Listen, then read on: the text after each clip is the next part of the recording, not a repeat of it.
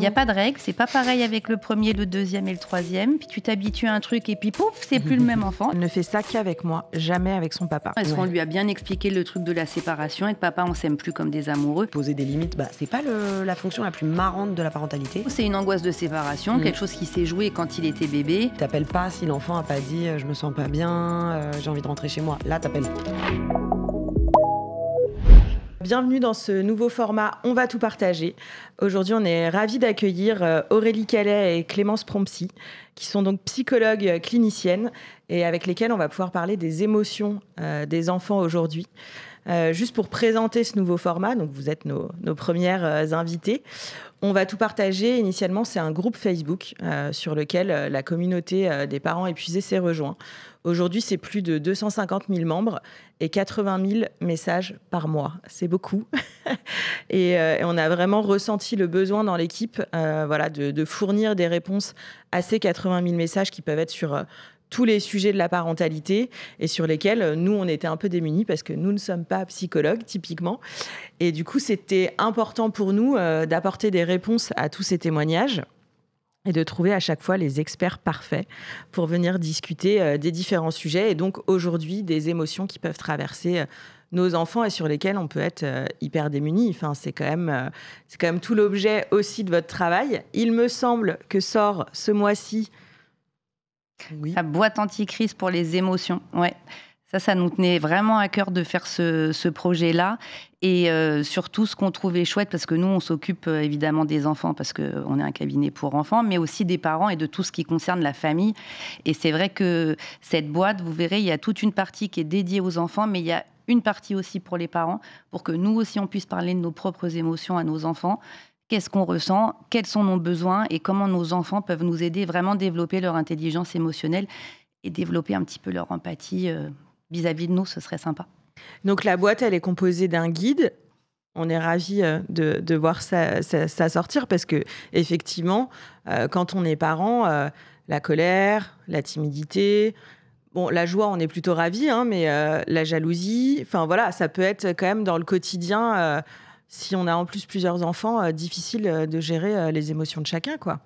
Ouais, alors moi j'aurais même tendance à dire que même la joie, on peut se retrouver vite débordé et que parfois sous prétexte qu'ils sont deux à jouer et qu'ils sont trop mignons et qu'ils rigolent, on se dit mais enfin il est quand même 9h10 et qu'est-ce que je fais de cette joie ? Elle est complètement inadaptée, c'est plus le moment d'être dans la joie et comme deux labradors au milieu du salon.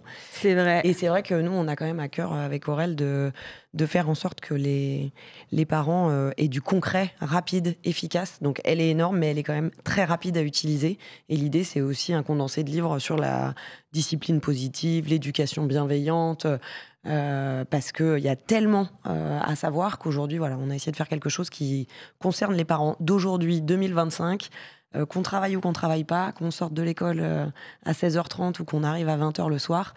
On a un peu un besoin d'efficacité pour devenir un parent. Oui, le temps manque. Ouais, il nous dans file la entre journée, les doigts. le temps manque pour avoir cette patience. Et les années passent très vite. J'imagine que vous recevez beaucoup de messages aussi oui, de alors parents. On explique aux gens qu'on ne fait pas de consultation sur les réseaux sociaux. Bien Il y sûr. en a qui... Voilà, alors, dès qu'on peut, on répond. Quand c'est une question où on n'a pas besoin d'avoir tout le contexte, vraiment, on essaye de répondre. Ou on oriente sur nos supports, sur notre site. On a plus d'1 million de téléchargements de nos supports gratuits à télécharger, qui sont en fait des outils auxquels on pense quand on est en consultation et qu'on met en place, voilà, qui peuvent aider les gens qui ne peuvent pas se payer une consulte ou juste pour un petit truc, on sait que les supports peuvent quand même vachement les aider. Oui. Ouais, c'est... Tu l'as pas fini le dernier ? Elle est sur un Non. dernier, il me plaît à fond. On n'a pas fini, mais on est dessus. On n'a Les pas de privilèges et les responsabilités. En effet. Par âge. Par âge. Oui, parce qu'en effet, c'est vrai que tout ça se suit d'année en année et que l'évolution est... Enfin, voilà, on peut avoir un enfant avec qui la colère, c'était pas un sujet les 8 premières années et puis tout d'un coup, il se passe quelque chose et ça devient beaucoup plus compliqué à gérer. C'est ça qui est bien quand t'es parent, c'est qu'en fait, Ça change tout le temps. il n'y a pas de règle. C'est pas pareil avec le premier, le deuxième et le troisième. Puis tu t'habitues à un truc et puis pouf, c'est plus le même enfant. C'est qu'en fait, on ne s'ennuie jamais. Ça, c'est bien. C'est vrai. Donc, je vais vous lire des témoignages qui ont donc été publiés sur ce groupe On va tout partager. Vous allez me dire ce que vous en pensez. L'idée, c'est pas de donner un conseil qui soit universel, etc. Mais comment, en tant que parent, on peut réagir face à ça ?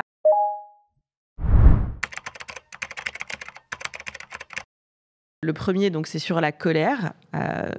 Donc c'est une maman qui nous explique: j'ai un petit garçon de 4 ans qui a toujours été caractériel, avec beaucoup de caractère, mais qui était jusqu'à présent très discipliné. C'est-à-dire qu'il connaissait ses limites, les gestes, les gros mots, les interdits.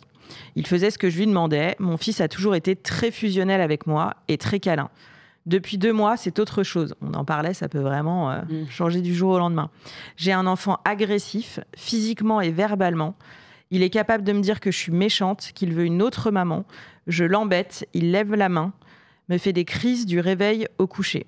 Il n'a jamais été comme ça envers moi.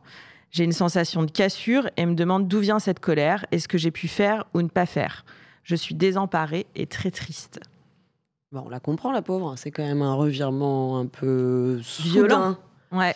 Oui, et puis surtout, elle dit qu'elle se sent tout de suite. C'est ça qui est intéressant, c'est qu'elle dit: je sais pas ce que j'ai fait, ce que j'ai pas fait. C'est qu'on voit bien que tout de suite on se culpabilise. Alors que c'est pas toujours de notre faute. Enfin, on va pas se mentir, c'est quand même pas toujours de la faute des parents, quoi. Non, et puis là, même ça pose question. On se demande quand même s'il lui est pas arrivé un truc. Ouais.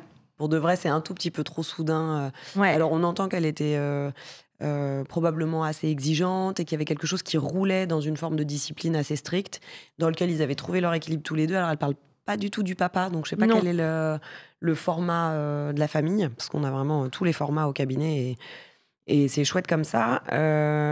Mais on a du mal à imaginer qu'il s'est pas passé un truc. Donc nous, on a une petite façon quand même d'interroger les enfants. Alors pour le coup, on a une collection de livres qui est pas mal pour faire parler les enfants. Merci. Donc celui-là, c'est peut-être pas celui qui serait nécessaire à cette maman. Il veut tout commander, en effet. Quoique, c'est pas mal de tout commander. Ouais, ou la frustration. Être débordé par ses émotions. Ouais, ou apprendre à gérer la frustration. Apprendre à gérer la frustration. Parce que ce qui est étonnant pour cette maman, en tout cas, globalement, pour essayer de répondre pour cette maman, mais pour pas mal de gens, quand il y a quelque chose où tout roule, s'est installé, elle dit qu'il a toujours eu beaucoup de caractère, mais que... Oui. Mais bon, moi je trouve ça cool, un enfant qui a du caractère, tant que ça déborde pas trop et que c'est pas trop dans le conflit tout le temps. Mais quand c'est un petit peu soudain comme ça, du jour au lendemain, où on sent qu'elle est très démunie et que ça lui fait de la peine... Oui, c'est ça, elle dit: je suis désemparée. Oui, en fait, elle n'arrive pas à trouver d'où ça vient. Moi, j'essaierai de faire par des petits jeux d'imitation avec l'enfant. Je ferai un point avec la maîtresse. J'essaierai de retracer comment ça se passe à l'école, parce que 4 ans, du coup, il est quand même en moyenne section. C'est pas sa première année d'école. Non. Est-ce qu'il a changé de centre de loisirs? Est-ce qu'il y a une nouvelle nounou? Enfin, ça peut vraiment être des choses où on a l'impression que c'est pas un gros truc pour nous, mais l'enfant peut avoir été impacté. Ça peut être une réflexion qu'il a eue. Ça peut être quelqu'un qui lui a dit: ta maman, elle est comme ci, comme ça. Et du coup, il faut essayer de trouver. On aurait tendance à chercher dans la cour de récré quand même un petit peu. Ok. Au revoir.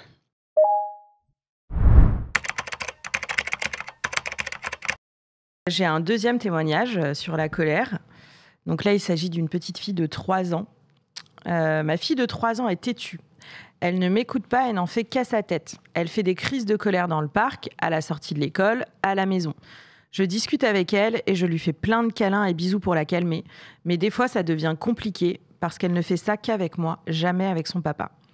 Elle est toujours allaitée et très attachée à moi et semble avoir aimé l'école. Je ne comprends pas trop son comportement. Ok. C'est vrai que ce qui est important, c'est de comprendre quand même qu'à 3 ans, on ne peut pas tout expliquer par les mots. En fait, ils n'ont pas forcément la maturité de comprendre le raisonnement. Ils sont quand même dans les habitudes, dans les réflexes, dans les routines. Ils font vite les statistiques des réactions, justement, de papa ou de maman. On a intérêt donc à être assez stable dans notre façon de réagir, mais il y a quelque chose qui est vraiment essentiel à poser très rapidement, c'est des limites. Donc au début, les limites, souvent, à 2-3 ans, on va commencer par des limites de la sécurité. Du style, chérie, on va au parc, au bout de la rue. Donc, il y a une règle sur le trottoir. Ça s'appelle 1, 2, 3 sécurité. Tu me donnes la main, tu t'arrêtes au feu rouge, on passe au passage piéton. Si c'est pas possible pour toi, on peut pas aller au parc, en fait. La sécurité, c'est un biais obligatoire pour aller du point A au point B. C'est la première façon, la première règle, la première limite qu'on peut poser. Si l'enfant décide de partir avec sa trottinette ou de pas donner la main, on fait demi-tour. Du coup, évidemment, sa frustration va s'exprimer. Il va se rouler par terre, nous dire qu'on est méchante et il veut aller au parc. On met un genou par terre, on dit: écoute chaton, qu'est-ce qu'on fait pour aller au parc? Il est ok, il lui donne la main et il rentre dans la sécurité auquel il pensera plus. 8 jours après, c'est terminé.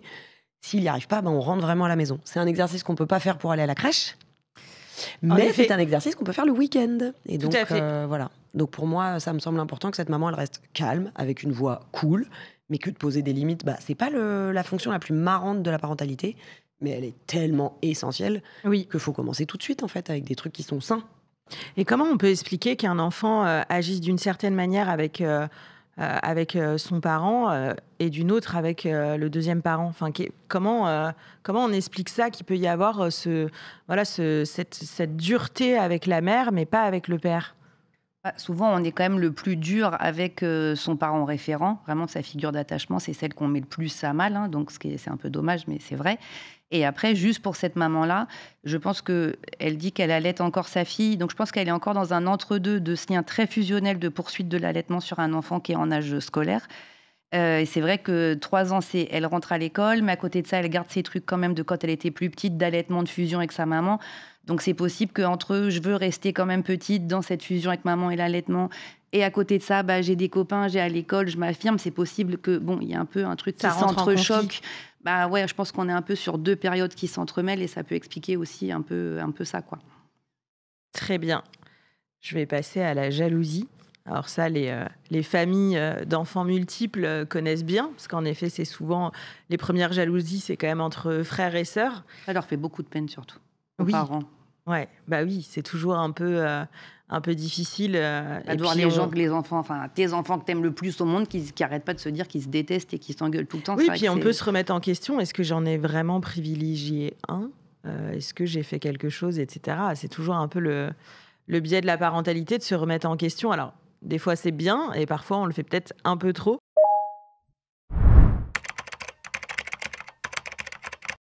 On va se parler d'un fils qui a 7 ans. Donc, pour récompenser mon fils, 7 ans, d'avoir eu de bons résultats à l'école, nous avons décidé de lui acheter, son papa et moi, un vélo. Son petit frère de 5 ans a fait une crise de jalousie car il voulait le même.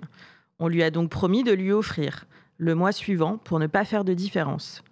Son grand frère me sort ce matin qu'il ne voulait plus rien et qu'il souhaite la mort de son petit frère. Je précise qu'habituellement on fait plus plaisir au plus grand et qu'une fois qu'on a pensé à ne pas faire de différence, il me sort ça. Je ne sais plus quoi faire. Ça fait partie des petits travers dans lesquels on tombe vite, l'idée de ne pas faire de différence. Et en fait, on dit que plus on va tenter d'anesthésier les différences, pire c'est. Plus ça part en vrille. Parce que plus on essaye de faire pareil, c'est-à-dire un vélo, plus on va remarquer qu'il y a plus de frites, moins de frites, etc. Quand il y a un vélo contre une assiette de frites, il y a un moment où tout est mélangé, les cartes sont redistribuées toute la journée. Et donc, en fait, ils ont du mal à comparer, puisqu'on fait au jour le jour, au besoin le besoin. Là, il y avait besoin d'encourager, de faire une énorme reconnaissance positive, des efforts. Et peut-être que ce petit garçon a plus de mal à rester assis à l'école et que ce qui lui plaît, c'est le sport. Donc, on lui dit, voilà, t'as cartonné à l'école, donc nous, on va t'offrir un truc génial pour le sport. C'est ton corps, c'est ton âge, c'est tes besoins. Aucun rapport avec le petit frère. Donc l'idée, c'est vraiment de chercher les besoins de chacun. Oui, finalement, en voulant réparer une injustice ressentie par le plus petit. On a créé une injustice. Une injustice. Le premier vélo était juste. Le deuxième tombe du ciel comme un cheveu sur la soupe. Alors le deuxième, il est pour éviter finalement que le petit soit pas content et qu'il dise que c'est pas juste. Mais en fait, à vouloir toujours faire pareil pour ses enfants, or qu'ils n'ont pas le même âge et que même quand ils sont très rapprochés, et que 2 ans d'écart, franchement, il y a des âges plus petits où ça se voit à peine. Enfin, il y a des moments donnés, je trouve que c'est très marqué. Et puis, à d'autres moments, franchement, pour un peu, moi j'en ai plein au cabinet où le deuxième est plus grand que l'aîné en taille. Donc en fait, on ne sait même plus qui est le plus grand, qui est le plus petit. Plus vite. Donc si nous, en tant que parents, on les met toujours au même niveau, pensant qu'on va apaiser et éviter les conflits, comme disait Clémence, en fait, c'est pas un bon calcul parce que en fait, on nie leur identité, on nie leur spécificité, le fait qu'ils sont uniques. Et en fait, donc oui, ça a l'air d'apaiser un conflit sur l'instant T, en tout cas le petit, quand on lui a dit toi aussi, tu auras ton vélo. Mais au final, on rend très malheureux le grand qui ne trouve pas ça juste. Et il a raison de ne pas trouver ça juste. Pour de vrai, l'aîné a raison. Oui, c'est vrai qu'on a tendance à penser que, c'est vrai qu'on se retrouve on dit souvent, à découper un Smarties en 2, à faire des verres de jus très précis, etc. pour que, on ait l'impression d'avoir donné à tout le monde le même temps d'attention, la même présence, mais aussi les mêmes privilèges, pour le coup. Et finalement... Les parents, ils vont souvent se dire, en fait, ça frustre énormément le petit, mais on peut aussi se dire que ça les motive à grandir en disant, il a plus de privilèges, mais on attend plus de lui. Être grand, c'est une balance de de contraintes, mais aussi des trucs positifs. Donc, si tu veux les privilèges de grand, il faut aussi que tu montes en autonomie, en responsabilité, et en gros, chaque plaisir, chaque âge, quoi. Ouais, ça, c'est vrai que quand on a été ado, moi, je sais que j'étais pas l'aînée. les aînés sont un peu frustrés de ça, parce qu'en général, les âges descendent un peu. Ils quand veillent, même. Hein. Ils font super gaffe que... Et c'est vrai que quand l'aîné sait que la première soirée qu'il a pu faire, il avait 17 ans, et qu'en fait, celui qui passe derrière, vu que ça s'est bien passé, lui, ça devient 15 ans. Ça reste un ressenti. Ça leur plaît pas. Hein. Mais même moi, j'ai des ados au cabinet qui ont eu leur téléphone, mais du coup, forcément un peu tard par rapport à l'âge auquel on pourrait le donner aujourd'hui, qui disent mais c'est mort, hein, il l'aura pas avant l'âge. Mais vraiment, ils surveillent et ça les fait pas du tout rigoler. Hein. Alors qu'il y en a, ils ont 16 ans, maintenant on pourrait se dire ils sont passés à autre chose.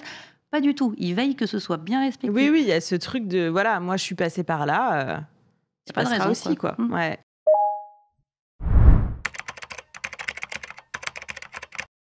On a un deuxième témoignage sur la jalousie. Donc là, c'est un petit peu différent parce que c'est de la jalousie envers les adultes. Il s'agit d'un couple qui s'est donc séparé. Donc la maman nous dit « Ma fille a 2 ans et 1 mois. Je me suis séparée de son père il y a environ 4 mois. J'ai refait ma vie avec un homme avec qui tout se passe bien. En attendant une procédure, son père et moi, on s'est mis d'accord pour faire 1 semaine sur 2. Seulement voilà, son père la délaisse complètement. Je l'ai gardé pendant plus d'1 mois où il ne prenait quasiment pas de nouvelles. Il fallait limite que je le force à le faire. » Ça, c'était pour le cadre. Avec mon nouveau copain, tout se passe très bien, ou presque. La petite l'adore et il adore la petite. Elle vient régulièrement et spontanément lui faire des câlins et des bisous, jouer avec lui, etc. Mais dès que maman et son amoureux se font des bisous ou un câlin, c'est la guerre. Elle hurle, essaye de nous éloigner l'un de l'autre et elle en a de la force. Il pense que pour éviter de l'énerver, on doit limiter nos marques d'affection devant elle. Moi, je pense qu'au contraire, il ne faut pas que l'on se réfrène. Dans tous les cas, on lui explique que l'on en a le droit, que ça ne nous empêche pas de l'aimer et qu'elle peut avoir des bisous quand elle veut, mais les crises perdurent, que faire ? Un petit cas particulier, ça, quand même. Compliqué, hein, quand il y a quelqu'un qui arrive, ça a été un peu rapide pour cette petite. Tu vois, elle dit on s'est séparés il y a 4 mois. Parfois, nous, on a une notion de temporalité en tant qu'adulte. Peut-être cette maman, elle s'est dit c'est clair, parce que sans doute que c'était fini depuis longtemps avec le papa de sa fille dans sa tête, mais que dans les faits, la séparation de corps et de maison, en fait, c'était récent. Et c'est vrai que pour les enfants, 2 ans, en 4 mois, ils se sont séparés. Je vis plus avec mon papa. Je ne sais pas si elle vit avec son nouveau compagnon ou pas, mais peut-être parfois c'est une histoire de temps aussi. Peut-être ça a été un peu rapide pour elle. En tout cas, on a tendance à penser qu'il faut expliquer quelque chose à la petite fille. Tout à l'heure, je disais qu'ils comprennent pas tout par les mots et qu'on peut pas poser des limites avec des explications. Il vaut mieux les poser avec des routines, des habitudes et des règles. Là, pour le coup, la psy que je suis me dit qu'il y a un truc qui lui chiffonne le cœur. Oui. C'est peut-être plus pour moi l'absence de son père, en fait. Et où, d'ailleurs, je ne le sais pas, parce que finalement, elle a l'air de s'entendre très bien avec le nouveau copain. Et c'est vraiment la démarche. Est-ce que c'est plutôt maman, c'est le mien, en fait ? Est-ce que elle fait un petit peu peut-être un transfert et que du coup. 2 ans, est-ce qu'on lui a bien expliqué le truc de la séparation et de papa, on s'aime plus comme des amoureux ? Parfois, on se dit comme ils sont petits, j'explique pas trop. Est-ce qu'on lui a bien expliqué pourquoi elle s'est séparée du papa ? Est-ce qu'on lui a bien expliqué qu'elle aurait 2 maisons ? Une semaine, ça peut être long pour cette petite fille. Oui. 1 semaine sans sa maman ou sans son papa, selon le lien qu'elle a. Donc, je ne sais pas si tout a été bien verbalisé. Quand c'est de la garde alternée sur des petits comme ça, c'est chouette de leur faire un planning visuel où ils peuvent voir j'ai tant de dodo chez mon parent, tant de dodo chez mon autre parent. Parce que parfois, en fait, même nous, quand les parents ils nous expliquent leur mode de garde, les 2 jours, 3 jours, 4 jours, on est là, tous les jeudis, mais pas les vendredis. On comprend rien. Donc, on peut imaginer que sur des petits, ce soit compliqué. Donc, moi, je m'assurerais déjà qu'elle a bien intégré la séparation, sauf si elle parle très bien, mais elle est quand même petite. Je ne suis pas sûre qu'elle arrive à dire tout ce qu'elle pense, tout ce qu'elle a compris. Mais en tout cas, est-ce qu'on lui a bien expliqué tout le contexte ? Même avec des petits, il faut vraiment que vous expliquiez le contexte de la séparation, quoi. Après, ce qui est compliqué, c'est que c'est vrai que quand on donne des réponses, souvent, c'est bien d'être calé. Apparemment, là, le papa n'a pas l'air du tout de tenir son planning. Pas l'air très impliqué.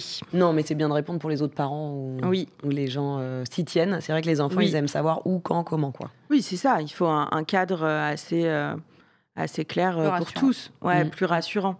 On va s'intéresser à la timidité maintenant.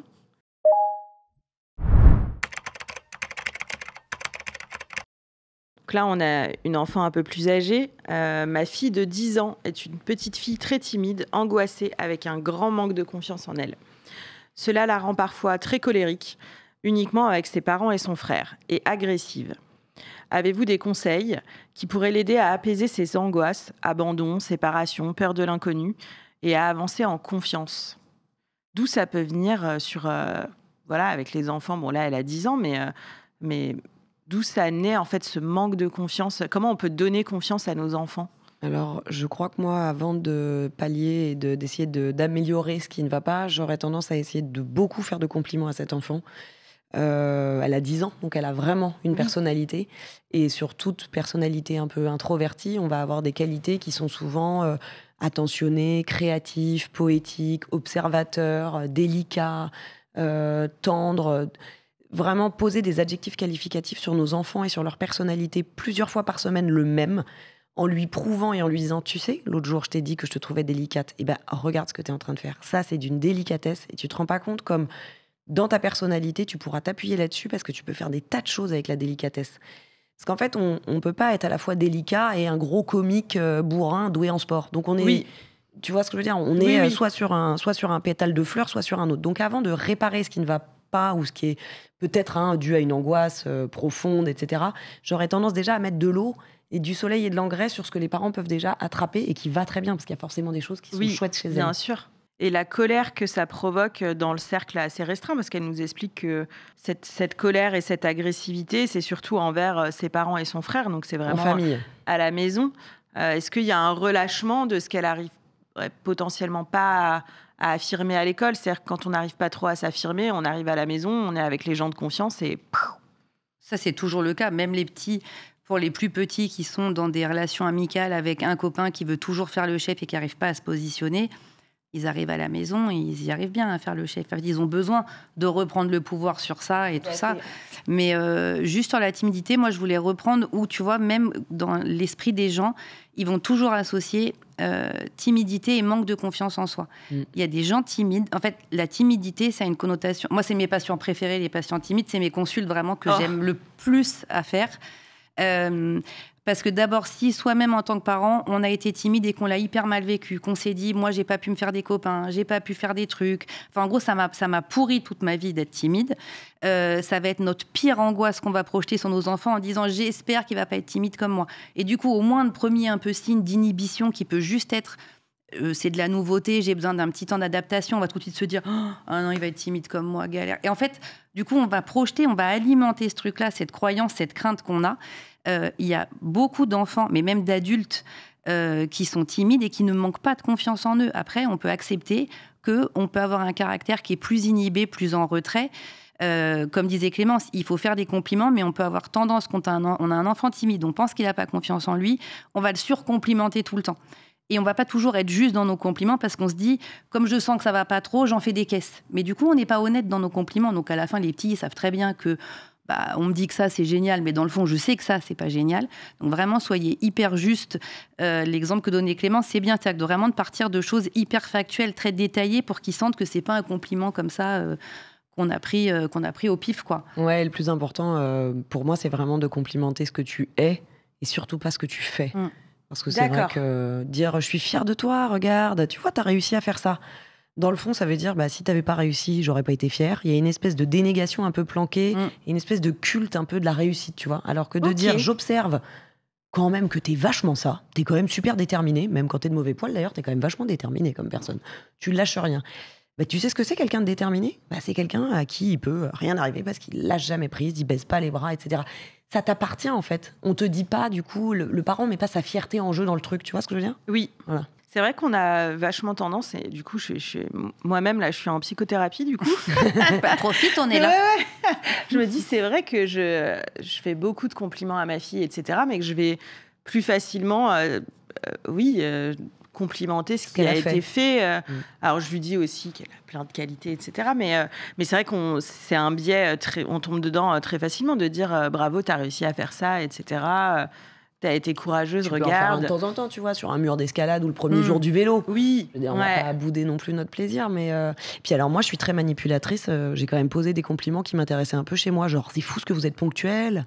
Oh là là, mais vous pouvez faire les championnats du monde de la ponctualité. Bon, ils sont devenus ponctuels. Ouais, finalement, comment on appelle ça, la méthode Coué Un peu, ouais. Ouais, c'est ça. On répète ce qu'on a envie de devoir se produire. Il y a des gens qui font ça devant la glace, effectivement, pour booster la confiance en soi, mais c'est vrai que c'est sympa de faire ça avec des vrais petits détails qui sont sous nos yeux, quoi. Ouais, ça donne envie de reproduire, du coup. Ouais. Et même pour les rivalités par rapport, là on parlait de faire des compliments à ses enfants, de ne pas hésiter à dire à chacun de vos enfants qu'est-ce que vous aimez chez eux. Et c'est pas les mêmes choses. Si on est hyper honnête, on n'aime pas passer les mêmes moments, faire les mêmes activités avec 1, 2 ou 3 de nos enfants, parce qu'en fait, les trucs sur lesquels on se rassemble plus, puis il y a des moments, c'est plus sympa de faire tel truc avec l'un qu'avec l'autre. Et donc, c'est chouette de leur dire qu'on les aime pour leurs caractéristiques qui sont inhérentes à chaque personne, quoi, individuelles finalement.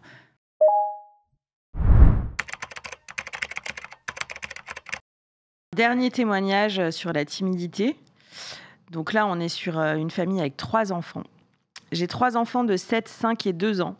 Je m'interroge quant au comportement de mon petit dernier. Il est très timide, a peur de tout. Il veut beaucoup être porté par son papa ou moi, mais surtout pas par quelqu'un d'autre. Il est difficile à dompter. En jouant avec lui, on arrive à le mettre à l'aise, mais jamais assez pour pouvoir le porter, par exemple. Même ses grands-parents ne peuvent pas. À la crèche, pareil, il joue seul, il ne veut pas se mêler au groupe. Pourtant, il sait être sociable et jouer avec les autres enfants de la maison ou de la famille. Hier, par exemple, il avait l'occasion de faire du poney, mais il a refusé car trop anxieux de me lâcher. Il était très content de les voir, ok pour les caresser, mais pas pour se mettre sur la selle. Est-ce que ça va s'apaiser avec l'âge ? Je n'ai pas connu ça avec ses sœurs, du coup je m'inquiète un peu. Il a 2 ans, hein, c'est ça ? Il a 2 ans. Ouais, 2 ans, c'est encore petit. Je pense qu'à 2 ans, il ne faut pas trop s'affoler en projetant sur des trucs qui vont être beaucoup plus graves ou qui vont s'installer quand ils auront 4-5 ans. Là, c'est toujours laisser le truc possible, dire en fait, tu peux, mais pas qu'ils sentent que ça nous déçoit énormément s'ils ne le font pas, que ça nous inquiète et qu'on se dise qu'à 2 ans, ils veuillent encore être assez collés à ses parents. Honnêtement, ça ne me choque pas. Enfin, c'est tout petit, quoi, pour de vrai, c'est encore petit. En revanche, j'essaierai juste de faire attention à la maison, qui est vraiment le lieu, qui est sa zone de confort, où il connaît bien, on sait que tous les repères sont là. D'essayer de voir si cet enfant il est capable d'être dans sa chambre 2 minutes, si c'est ok de voir que un de ses 2 parents s'éloigne de son champ visuel. Ça peut être des petits exercices que vous pouvez faire à la maison qui sont faciles à faire, de dire je reviens, je vais lancer un truc, et vraiment de revenir, si on a dit 5 minutes, revenir au bout de 5 minutes.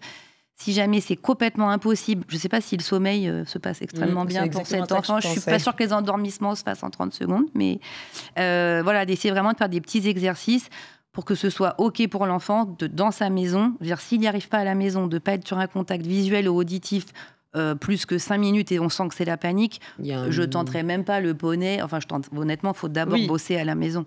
Ouais, ok. Oui, parce que là, ce que vous dites, c'est qu'il y a forcément, nécessairement à la maison, un comportement naissant aussi qui peut être sur le sommeil, sur la peur d'être laissé dès que son parent n'est pas là, quoi. Ou c'est une angoisse de séparation, quelque chose qui s'est joué quand il était bébé, et auquel cas, là, faut expliquer s'il y a une séparation, pourquoi. Parce que parfois, on se dit, comme ils sont petits, en gros, entre le 8 et 9e mois, il y a l'angoisse de séparation. Et on se dit, il est petit, je peux partir à un mariage entre potes, je le laisse à machin, ou il est gardé à la maison, donc c'est OK. Et nous, on peut avoir des consultations sommeil d'enfants de 6, 7, 8 ans qui se traînent leur angoisse de séparation depuis bébé parce qu'on n'a pas mis des mots. Et parce que les parents, quand on leur dit, mais réfléchissez à cet âge-là, donc ils reprennent leur agenda, le mariage de bidule, et ils se disent, on est parti 2 jours. Et en fait, personne n'avait fait attention à ça, quoi. Ouais, je me souviens que j'étais partie, ma fille avait 1 an. En fait, j'étais paniquée par le fait qu'elle pense que je l'ai abandonnée, donc j'arrêtais pas de lui dire, forcément, elle pouvait pas répondre à 1 an, mais maman va revenir, maman va revenir. J'étais tout le temps comme ça, et je faisais des visios, j'étais maman va revenir. Et je me disais, c'est horrible, ça se trouve, je vais revenir, elle se sera dit, je l'ai abandonnée et tout, donc j'arrêtais pas de lui dire que j'allais revenir, etc. C'est vrai qu'on pense pas forcément, sur les enfants petits quand on les fait garder à rassurer le fait que. Donc on revient toujours les chercher. Bah oui, c'est ça. C'est vrai qu'avec le pouvoir de la visio, etc., maintenant, c'est quand même différent que ce que nous, on a connu. On peut voir son parent, d'ailleurs, parfois, pour le meilleur et pour le pire, parce que des fois, on essaye de les appeler, ils n'en ont rien à faire, ils partent. Et d'autres fois, finalement, ça leur met un peu dans... C'est pire. Ça leur met dans un état de tristesse de nous avoir eu au téléphone, alors que jusque-là, les grands-parents nous disent, franchement, ça allait très bien jusqu'à ce que tu appelles. Ok, merci. Généralement, on appelle plutôt quand l'enfant demande. Oui, et pas le soir. Et pas jamais le soir. Le soir, et si toi, t'es en mal en tant que parent, tu demandes à tes parents des petites vidéos, mais t'appelles pas si l'enfant a pas dit « je me sens pas bien, j'ai envie de rentrer chez moi ». Là, t'appelles. Pas le soir, mais vaut mieux pas que ce soit notre petit cœur qui faille Oui, voilà, c'est remonter. ça. Sinon, tu demandes des vidéos, c'est mieux. Ouais, je vais passer aux vidéos. Donc, merci Aurélie et Clémence. On a fait le petit tour pour ces émotions-là et c'était très chouette de vous recevoir. Donc, je rappelle que vous êtes psychologue clinicienne, mais pas seulement. Donc, vous êtes autrice des livres Charlie, donc qui ont pour chacun une thématique. Mais vous sortez également ce mois-ci, si tu peux prendre la boîte. Ouais, la boîte émotion anti-crise. On fait un unboxing là ? Allez, unboxing. Okay. Donc, petite boîte quand vous partez en vacances, des supports à imprimer chez vous qui peuvent vous aider au quotidien. Le gros livret, ça vraiment, c'est un outil pour vous les parents et ça vous explique le détail de chaque carte, comment on l'utilise, à quoi ça sert, la fonction, etc. Nous, ce qu'on veut, c'est faciliter la vie des gens et que l'harmonie de la maison soit cool, quoi. Mais en vrai, le vrai livre hyper important, c'est ces 15 pages-là dans lesquelles on explique comment faire un conseil de famille, comment remettre des règles, comment faire parler chacun. Et c'est vraiment ces 10 pages pour aller à l'essentiel. Et derrière, on peut tout ouvrir, réfléchir pour mieux comprendre chaque émotion dont tu parlais, où on a vraiment des tonnes de tips avec comment interroger et gratter, parce que c'est pas toujours facile de les faire parler. Exactement. Ouais, là, c'est vraiment nos outils de psy, où les parents, nous, après une consultation, ils nous disent « mais je reviens pas qu'il vous ait raconté autant de trucs. Moi, j'ai jamais toutes ces infos et on les a vues pendant 1 heure, tu vois. » Mais donc là, vraiment, au travers de ces cartes, les façons de poser des questions, de comment les utiliser, c'est pour que vous, en tant que parents, vous puissiez avoir des infos sans avoir à aller consulter, quoi. Et donc, il y a les cartes retour au calme pour les enfants qui sont vraiment « j'ai la tempête émotionnelle, comment je fais pour me calmer ?» Après, il y a les cartes pour que j'essaye de trouver qu'est-ce qui se passe, quel est mon problème. Et après, les cartes besoins. Parce que, en fait, sur les émotions, ce dont on n'a pas parlé tout à l'heure, les enfants aujourd'hui, ils sont extrêmement au fait de toutes les émotions. Ils peuvent te les nommer, te dire de quelle couleur elles sont, etc. Pas de problème. En revanche, quand tu leur dis, donc tu as cette émotion, qu'est-ce que tu fais ? Ouais, ou pourquoi ça se passe comme ça ? En fait, ils savent pas. Donc, ils savent comment, dans les retours au calme, ils savent à peu près avoir des stratégies et encore souvent, bof. Mais si, en fait, pour une émotion, mais c'est valable pour nous en tant qu'adultes, c'est pour ça que sur nos cartes parents, on a fait des cartes besoins parents. En fait, l'émotion, elle vient parce que j'ai un besoin qui n'est pas assouvi. Donc, tant qu'on n'a pas fait ce travail de détective, d'enquête de quoi tu as besoin, typiquement pour cet aîné qu'on avait avec l'exemple du vélo, je pense que lui, il a besoin de reconnaissance, il a besoin de justice, il a besoin d'être dans sa place d'aîné, qu'on arrête de faire tout pareil. Et lui, ça peut être hyper intéressant qu'il nous dise de quoi tu as besoin. Moi, je m'en suis servie au cabinet avec une petite ado, je lui ai sorti toutes les cartes besoins, et elle m'en a sorti tellement, sa mère n'était pas là, je lui ai dit, on a un petit problème, elle m'a sorti 12 besoins où elle estime que c'est pas assouvi chez elle. Mais du coup, ça donnait plein d'outils à sa maman je vais me servir, par quel besoin je vais commencer. Et donc, forcément, l'émotion, elle redescend. J'ai besoin de me sentir entendue, j'ai besoin... de sortir avec mes potes. J'ai besoin de sortir avec mes potes. On n'a pas fait, j'ai besoin de boire un verre. Mais parce qu'on a mis un petit verre à côté. Il y a un petit verre de rosé qu'on boit quand même. J'ai besoin de travailler, on a quand même mis j'ai besoin de travailler. Oui, j'ai besoin de prendre l'apéro, c'est où C'est quelque part. Sortir avec mes potes. Ouais, j'ai besoin de moments de couple, j'ai besoin de dormir, j'ai besoin de respect. En fait, nos besoins sont quand même super mis à mal en tant que parents. Et là, c'était hyper important pour nous qu'on entende bien les besoins de nos enfants, mais qu'on entende aussi les nôtres. Parce que le capitaine du bateau, en fait, si lui, il est malade et au fond de la cale, il n'y a plus personne qui pilote. Merci Aurélie et Clémence.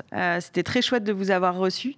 Je rappelle qu'on peut vous retrouver sur votre compte Instagram, Kids & Family, mais aussi sur votre site où il y a des tonnes de ressources gratuites disponibles. Ouais, c'est important pour nous de pouvoir aider les gens gratuitement. C'est vrai qu'il y a beaucoup de trucs sur les réseaux et on ne sait pas trop si les gens sont pro de santé, pas pro de santé.